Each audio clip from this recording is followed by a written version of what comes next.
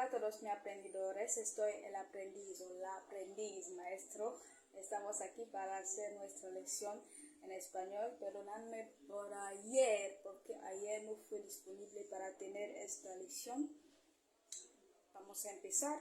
Alors, comme je disais tantôt en espagnol, salut, c'est l'apprenti teacher. Bon, vous connaissez déjà, je suis désolée de ne pas avoir pu être disponible hier. Je vais éviter les raisons, mais je pense que vous connaissez pourquoi je n'étais pas là. Dans tous les cas, rien ne change ici. Ici, on ne parle pas de ce que vous savez là. Si on fait court. Donc, vamos a empezar por la fecha. Como siempre, es jueves a 9 de febrero de 2023. Comme je l'ai déjà expliqué à plusieurs reprises, la date en espagnol s'écrit toujours en lettres.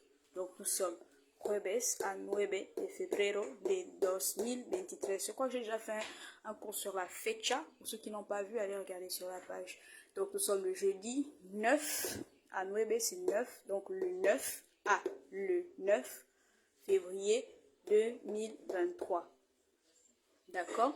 J'ai aussi déjà fait un cours sur les chiffres, donc sur les nombres. Donc allez-y regarder, c'est sur la page. Alors, donc aujourd'hui on est sur la continuité de la bosse. Vamos a hacer la continuación de la lección de antes de semana, no, la semaine surpassée. Donc antes la semana pasada, voilà, c'est ça qu'on dit. Donc el título es la voz activa y la voz pasiva, partie 2. Donc, nous sommes sur la voix active et la voix passive, partie 2. La dernière fois, ou du moins la semaine surpassée, on a vu comment passer d'une phrase active à une voix passive, une phrase passive, du moins d'une voix active à une voix passive dans une même phrase. Donc, pour la même phrase, on a vu un exemple.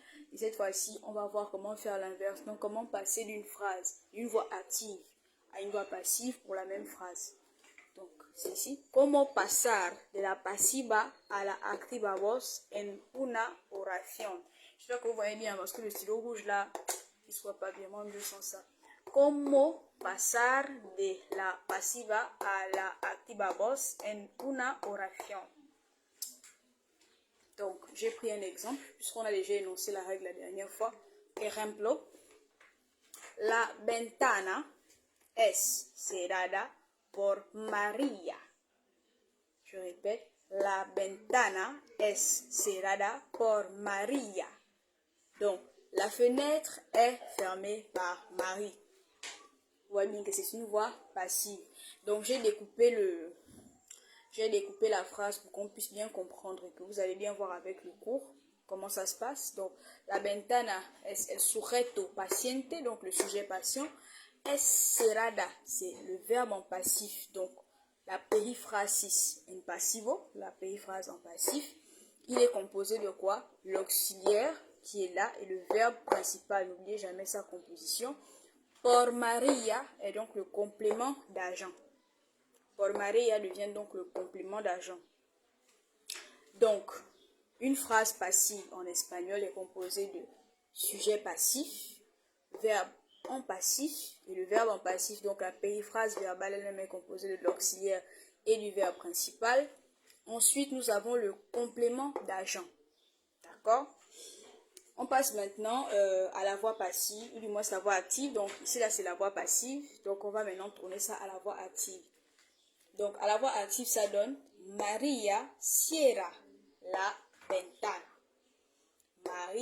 María, attention l'accent, María cierra la ventana. Donc, Marie ferme la fenêtre. La fenêtre est fermée par Marie. Marie ferme la fenêtre.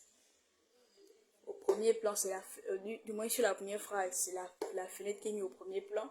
La deuxième phrase, c'est Marie qui est mise au premier plan. Donc, ici, on a le sujet agent qui est Marie, sujeto agente. Cierra, le verbe en actif, donc vous voyez que l'auxiliaire s'est barré. La ventana est le complément direct.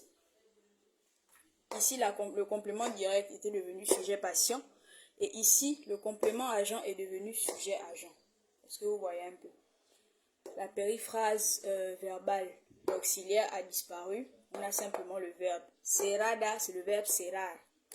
D'accord? Cerrada, c'est à sa forme du participe passé. D'accord? Et cierra, c'est à sa forme du simple de présente simple, donc présent simple indicatif. Donc, deuxième exemple, pour aller dans le même sens, désolé. La canción está cantado. La canción está cantado por Gracia. Donc, la canción, sujet passion, d'accord, sujeto paciente, está cantado. Donc, on a l'auxiliaire qu'on retrouve ici, on a le verbe qu'on retrouve ici, le verbe en passif qu'on retrouve ici, ce qui forme la périphrase verbale, du moins la périphrase en passif, donc le verbe en passif. Por Gracia est donc le complément agent. À sa forme active, ça va donner grafia, qui devient donc le complément agent à sujet agent. Canta, donc le verbe devient un verbe en actif et l'auxiliaire se barre. La canción est donc le complément agent, d'accord? La canción est donc le complément agent qui était là-bas sujet passion. Donc, je pense que c'est assez simple. On n'a pas besoin de trop s'étendre là-dessus. Sur ce, hasta la próxima. Je vous donne rendez-vous peut-être la semaine prochaine. Non, pas peut-être. La semaine prochaine si le Seigneur fait grâce. Adios.